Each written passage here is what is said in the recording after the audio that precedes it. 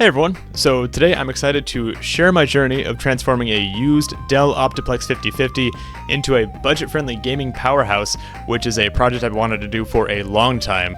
And if you're into tech tinkering and love getting the most out of older hardware, then I think you'll enjoy this video. But this project was not without its problems and challenges, so let's get into it. I recently picked up a used Dell Optiplex 5050 for just 90 bucks Canadian, which came with a 6th gen i7 processor and 8 gigs of RAM. And my goal is to upgrade it to be a pretty capable budget gaming PC, kinda with the goal of making my own Xbox Series S by matching its rough form factor and price point. Now this well-used Optiplex didn't come with an SSD, but I was able to find a 1TB on Marketplace for 50 bucks Canadian, which was pretty good. But the big win was snagging a brand new RTX 3050 graphics card for only 160 bucks. And I guess the guy is a custom PC builder, but their client changed their mind, so he just had to sell off these cards for a $100 discount, which is a bummer for his business, but it worked out for me. So if you're watching, thanks man. The reason I was so stoked to snag this card for that price is because, as far as I'm aware, it's one of the most powerful cards that you can fit in a low profile bracket, which is crucial for the Optiplex, seeing as I went for the small form factor Optiplex that can only take low profile cards. Plus this card has 6 gigs of VRAM and technically supports ray tracing, so yeah, I was really curious to see how the system would benchmark. I popped up the side panel of the Optiplex, ready to install the 3050 and the SSD in record time, when I quickly encountered my first problem, which is that the GPU PCIe slot was at the very bottom of the motherboard, leaving only enough room for a single height graphics card.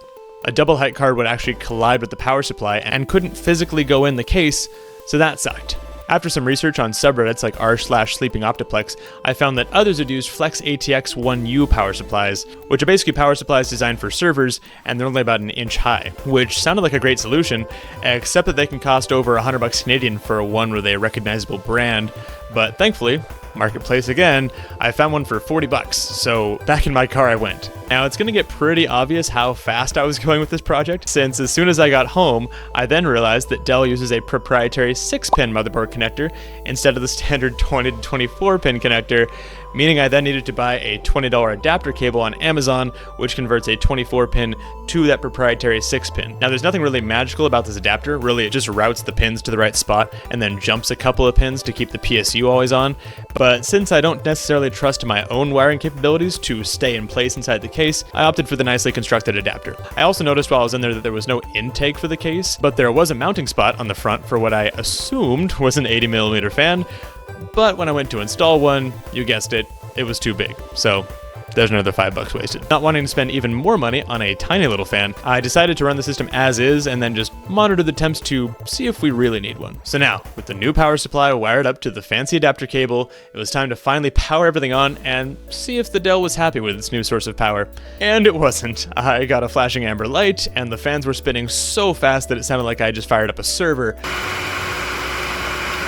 And so to test what might be wrong, I swapped in a cheap Amazon Thermaltake power supply I had lying around, and the system then worked perfectly. So I guess the Flex ATX power supply was unfortunately a waste of money and time, but not wanting to delay the project any further or jack up the build's budget with a pricey new power supply, I opted to just use the Thermaltake power supply outside the case, since I guess it was good enough for the Xbox 360, right? So with the power supply now banished from the case, I proceeded with the build.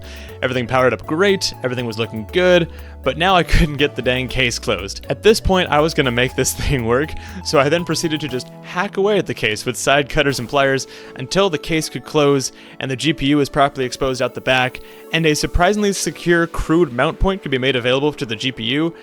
And so finally, this thing was ready for an operating system. I decided to go with Bazzite for this build, as it provides a nice Steam console-like experience, which matches my home theater gaming PC goal for this project.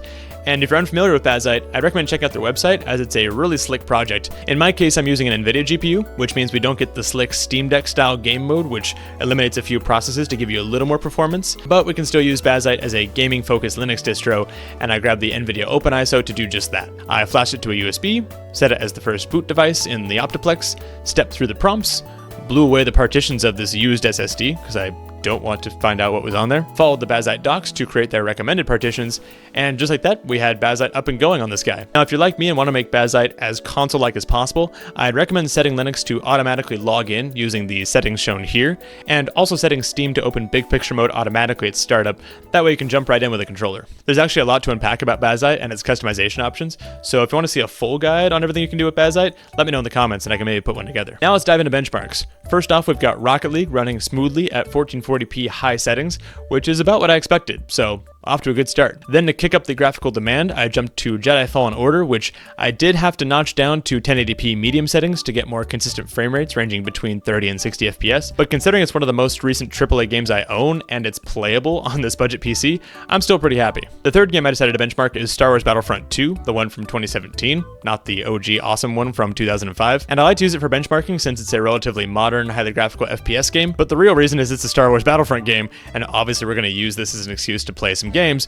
But unfortunately, the system actually struggled to even launch the game, regardless if I forced Steam to run it in game mode, disable DirectX 12, try to force a lower resolution, or switch to different versions of Proton. Each time it would either just crash back to Steam, or get stuck at the loading screen and force me to reboot the system. However, I did notice during these many attempts that the 8 gigs of RAM seemed to be getting pretty full while the menu screen loaded, and considering that this game runs fine on my other Linux gaming systems, and considering that absolutely no one else on ProtonDB was trying to run this game with a measly 8 gigs of RAM, I decided to snag a 16 gig kit from Amazon with next day shipping, so future Coulter will now tell us if that solved anything. So after installing the 18 gig kit and leaving the 8 gig stick in there for kicks, bringing this machine up to 24 gigabytes of RAM, Battlefront was more than happy to launch just fine on regular Proton Experimental with no special command launch options, and I was able to get a pretty solid 60 FPS at around 900p low settings. But what's really nice is Proton Experimental seems to enable NVIDIA's DLSS frame generation and resolution upscaling by default, so all I had to do was play with the resolution, graphics quality, and anti-aliasing for each game until I found the optimal point. I also reran my benchmarks for Jedi Survivor, which I still confirmed ran best at 1080p medium settings, and Rocket League could probably be run at full 4K since I was still getting over 120 FPS at 1440p high settings with medium gauge anti-aliasing on, so very pleased with that. Also, while future Coulter has the mic, it's worth noting that if you're not a huge fan of Linux gaming and would rather use Windows on this guy, I just confirmed that Rufus can still give you some lovely Windows-specific options just before you flash a Windows 11 ISO to a flash drive, which should let you bypass the TPM chip checks, create an offline account, skip the privacy questions, and really make installing Windows fun again, so it's worth a go if you want to run Windows in this technically unsupported machine. Also, another advantage this console has over modern consoles is it has a disk drive, which I don't know really what I'll use it for unless I have a stack of DVDs I want to play, but now we've got one, which is apparently worth $140 extra, so woohoo, value! So if it's not clear already, I love creating new utility out of older, inexpensive tech, and this project was right on the money. I had a great time with this, and I've wanted to do a project like this for a long time. I often see used small form factor workstations like this on sale for, $100 or so, and I love that they're so versatile for projects like this. Like, they can be a home theater PC, or a NAS box, or a web server, or apparently even a pretty solid game console with a few upgrades. If I end up using the system a lot, I'll likely end up bumping the CPU to a 7th gen i7, which is the highest one that this socket supports, assuming I can find that CPU for super cheap somewhere. I'll also probably look for a properly working Flex ATX 1U power supply that'll actually stay inside the case. That way we can just reduce its footprint a little bit on my TV stand. And I guess installing a fan in the front of the chassis wouldn't be a bad idea either. Now, if you're considering a project like this, I would recommend researching the base PC more thoroughly than I did when I started. Check the ports, the PCI slots, the power supply options. I bought this PC quite optimistically and then had to make it work as I went.